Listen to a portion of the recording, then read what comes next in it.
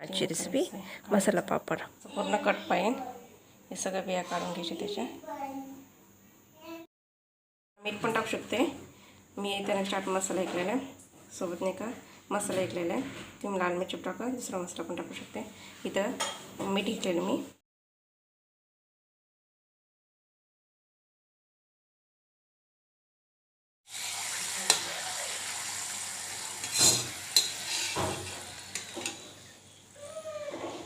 काढून घेऊ.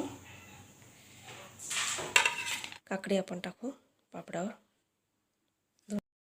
कांदा आपण चिरलेला त्याच्या चिरलेला ते टाकू आपण. आता कोथिंबीर, चाट मसाला, दुसरा मसाला आणि काळं मीठ टाकू किंवा साधं मीठ टाका. शेव टाका, खूप छान. तुमच्या आवडीनुसार टाका, बारीक आणि जाड शेव दोन्ही छान आहे. मध्ये डाळिंब पण टाकले.